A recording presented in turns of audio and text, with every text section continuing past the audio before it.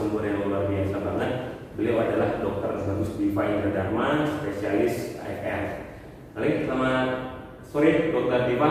Selamat sore. Coba perkenalkan dulu dong sama sahabat bakti kita. Ya, selamat sore sahabat bakti. Perkenalkan saya Dr. Bagus Diva Indra Dharma, spesialis kedokteran fisik dan rehabilitasi. Saya bertugas di sini di Rumah Sakit Bakti Rahayu untuk melakukan pelayanan rehabilitasi medik. Oke, jadi pada hari ini kita panggil Dr. Diva saja ya dok ya. Jadi beliau ini panggilnya Dr. Diva teman-teman semua. Jadi di Bakti Rahayu sendiri itu sudah ada pelayanan rehab medis dan Dr. Diva lah sebagai penanggung jawab kita di sini. Nah, Dr. Diva mungkin bisa diinfo ke sahabat bakti kalau di Bakti Rahayu Denpasar sendiri setiap hari apa, kemudian jam berapa aja untuk pelayanan di Bakti Rahayu. Oke, saya Dr. Diva berpraktek di Rumah Sakit Bakti Rahayu Denpasar hari Senin, Selasa, Kamis, dan Jumat jam 17.00 jam 5 sore sampai selesai. Oke, artinya dari hari Senin, Selasa, Kamis dan Jumat dari jam 5 sore ya dokter ya. Jadi buat rekan-rekan yang ingin mendapatkan pelayanan rehabilitasi medis dari Rumah Sakit Bakti Denpasar, nanti bisa bertemu dengan Dr. Diva langsung mulai dari jam 5 sore. Oke dok, jadi kita hari ini akan ada diskusi dikit dok mengenai injeksi intraartikular atau misalnya kalau sahabat bakti tahu mungkin buat orang-orang yang suka nyeri lutut mungkin atau di persendian yang lain, ini kita di Bakti Denpasar sudah punya nih pelayanan injeksi di intraartikular. Nah nanti mungkin akan kita banyak kulik dari Dr. Diva sendiri bagaimana sih untuk injeksi intraartikular sendiri, gitu ya dokter ya? Ya. Oke. Baik sahabat bakti, mungkin Dr. Diva bisa menjelaskan ini dok. Jadi injeksi intraartikular atau injeksi pada persendian itu seperti apa sih dok? Kapan sih kita memberikan injeksi intraartikular itu dokter? Ya. Jadi injeksi intraartikular itu ialah suatu prosedur tindakan medis atau tindakan kedokteran dengan memasukkan suatu bahan aktif atau obat ke dalam rongga sendi. Nah, jadi obat itu masuk ke dalam rongga sendi sehingga dia langsung bekerja di sendi. Indikasinya injeksi intraartikular itu dilakukan pada beberapa kasus. Yang paling sering dilakukan adalah kasus yang disebut dengan osteoartritis atau kalau dalam bahasa awam itu masyarakat lebih mengenalnya dengan yang namanya penyakit peradangan sendi atau pengapuran sendi atau penyakit tulang rawan sendi. Nah, itu yang paling sering dilakukan tindakan injeksi intraartikuler. Oke, rata-rata nih artinya peradangan sendi gitu dokter ya. Itu biasanya rata-rata injeksi intraartikuler itu dilakukan pada sendi mana dokter? Oke. Yang bisa dilakukan sama masyarakat. Sebagian besar tubuh kita itu terdiri dari sendi dan sangat banyak sekali sendi di dalam tubuh kita. Ya, betul. Nah, tapi prosedur injeksi intraartikular tidak bisa dilakukan di seluruh sendi karena beberapa sendi kecil, contohnya sendi tangan, kaki, pergelangan kaki, itu rongga sendinya sangat kecil sehingga cukup sulit untuk melakukan tindakan injeksi intraartikuler. Yang cukup lumrah dan sangat sering dilakukan ialah penyuntikan intraartikuler untuk kasus osteoartritis atau peradangan sendi di lutut. Oke, artinya yang paling sering di lutut ya dokter? Ya, betul. Oke, artinya tata laksana sendiri seperti apa dok? Untuk pasien-pasiennya tersebut dia sampai bisa dilakukan injeksi intraartikular di lutut itu tahapan-tahapannya apa saja dokter? Jadi suntikan injeksi intraartikular itu ialah salah satu pilihan dari manajemen tata laksana salah satu kasusnya osteoartritis atau peradangan sendi di lutut. Yeah. Nah, sebelum sampai dilakukan tindakan injeksi intraartikular itu terlebih dahulu kita melakukan metode yang lebih konservatif. Konservatif itu maksudnya yang tidak terlalu menyakitkan. Oh, Anda tidak langsung masuk ke gas ke injeksi? Tidak langsung injeksi artikuler. Jadi misalnya ada pasien datang dengan keluhan nyeri lutut dan dilakukan pemeriksaan oleh dokter, dilakukan pemeriksaan ronsen, ketemu akhirnya diagnosis osteoartritis atau peradangan sendi lutut, akan dicoba dulu mulai dari obat-obatan dulu, mulai dari obat minum, kemudian mengenai pasien yang diberikan edukasi apa yang harus dilakukan, kontrol berat badan, latihan dan lain sebagainya. Jika tidak membaik dengan obat-obatan, maka dilanjutkan dengan misalnya terapi adjuvan yang utamanya bisa dilakukan adalah salah satunya di rehabilitasi adalah dengan tindakan fisioterapi.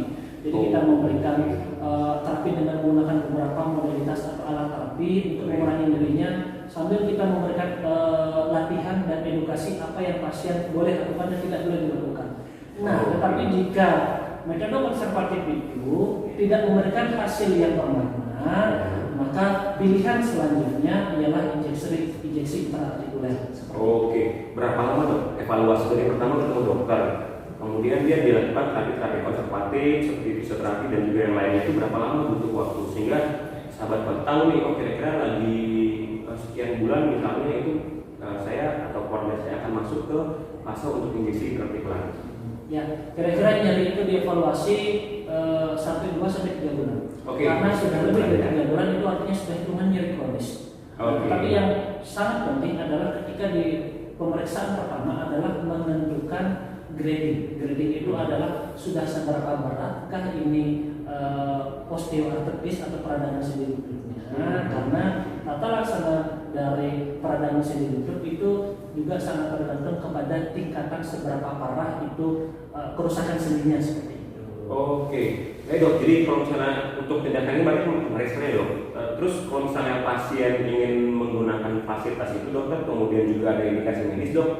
Atau sahabat bakti ini kan atau masyarakat kan banyak yang sudah memiliki kepesertaan di JKN dok. Itu mereka bisa aja menggunakan fasilitas JKN mereka dok atau BPJS kesehatan untuk pada masyarakat tahu yang BPJS itu dok. Sangat bisa. Jadi di Rumah Sakit Bakti Rahayu Denpasar yang melayani pasien BPJS itu sangat bisa kita lakukan tindakan injeksi intraartikuler, dan itu artinya pasien tidak perlu membayar apapun, hanya menggunakan tanggungan asuransi BPJS kesehatannya, dan itu pasien bisa dilayani di sini di Rumah Sakit Bakti Rahayu. Oh, artinya bisa teman-teman. Artinya dan mereka free ya dok ya? Dan dilakukan di rawat jalan dok? Di rawat jalan atau harus rawat jalan dulu? Jadi pasien tidak perlu sampai rawat inap.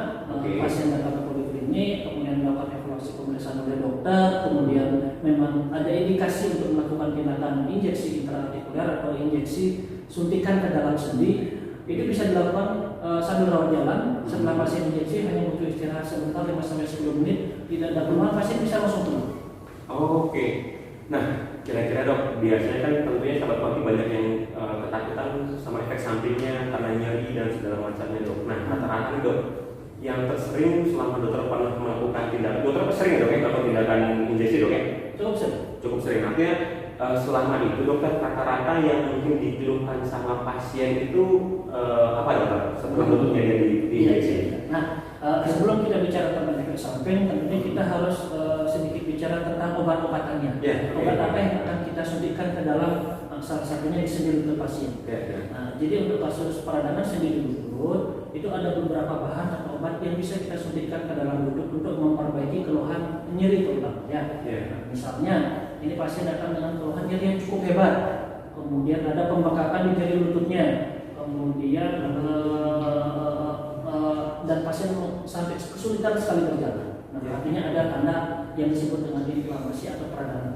Nah, untuk kasus yang nyeri berat seperti ini lebih baik untuk pilihan yang disuntikan adalah yang namanya obat steroid. Jadi steroid itu adalah obat anti radang atau anti inflamasi yang memang fungsi utamanya mengurangi peradangan di persendian.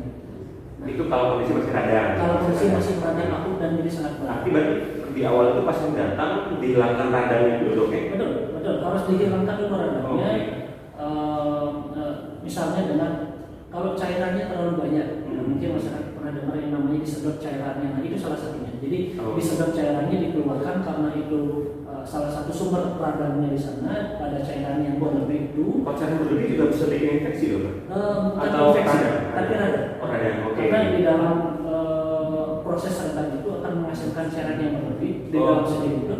Dan di cairan itu ada yang namanya zat peradangan. Nah, dan zat peradangan kalau kita keluarkan, artinya mengeluarkan cairan sini sekaligus mengeluarkan zat peradangannya, harapannya keluhan nyerinya jauh berkurang. Nah, saat itulah kita bisa memasukkan obat yang namanya jenis golongan steroid atau antiinflamasi. Biasanya sebagian besar pasien yang disuntik steroid itu merasakan efeknya dengan segera, berkurang nyerinya setelah disuntikkan steroid. Nah, kalau steroid ini memang harus dengan pertimbangan. Jadi tidak boleh sembarangan menggunakan steroid asal sedikit saja disuntik steroid karena efek sampingnya cukup banyak. Ya, Oh. jadi kalau resiko dari tindakannya sendiri sebenarnya tidak terlalu ada resiko, tidak bisa kita bilang tindakan kedokteran tanpa resiko. Selalu setiap tindakan medis atau tindakan kedokteran ada resiko. Misalnya resiko yang paling ringan sakit.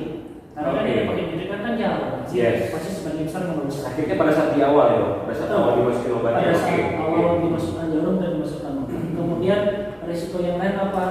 Dokter harus bekerja dengan bersih atau steril sehingga mengurangi risiko infeksi. Karena kan kita membuat lubang, memang lubangnya kecil dengan jarum yang kecil, lubang itu masuk ke dalam sendi lutut. Sehingga kalau pengerjaannya tidak bersih, itu kuman atau bakteri dari luar bisa masuk ke dalam sendi dan risiko bisa menyebabkan infeksi. Nah, kemudian setiap obat tidak lepas dari yang namanya risiko alergi, karena alergi setiap orang tentunya berbeda-beda. Makanya tetap harus dipastikan bahwa pasiennya tidak punya alergi terhadap obat yang akan kita suntikan. Jadi itu kira-kira risikonya. Oke, baik dok. Itu tadi sudah dapat disampaikan sama dokter Diva terkait dengan obat-obatan dan juga efek sampingnya.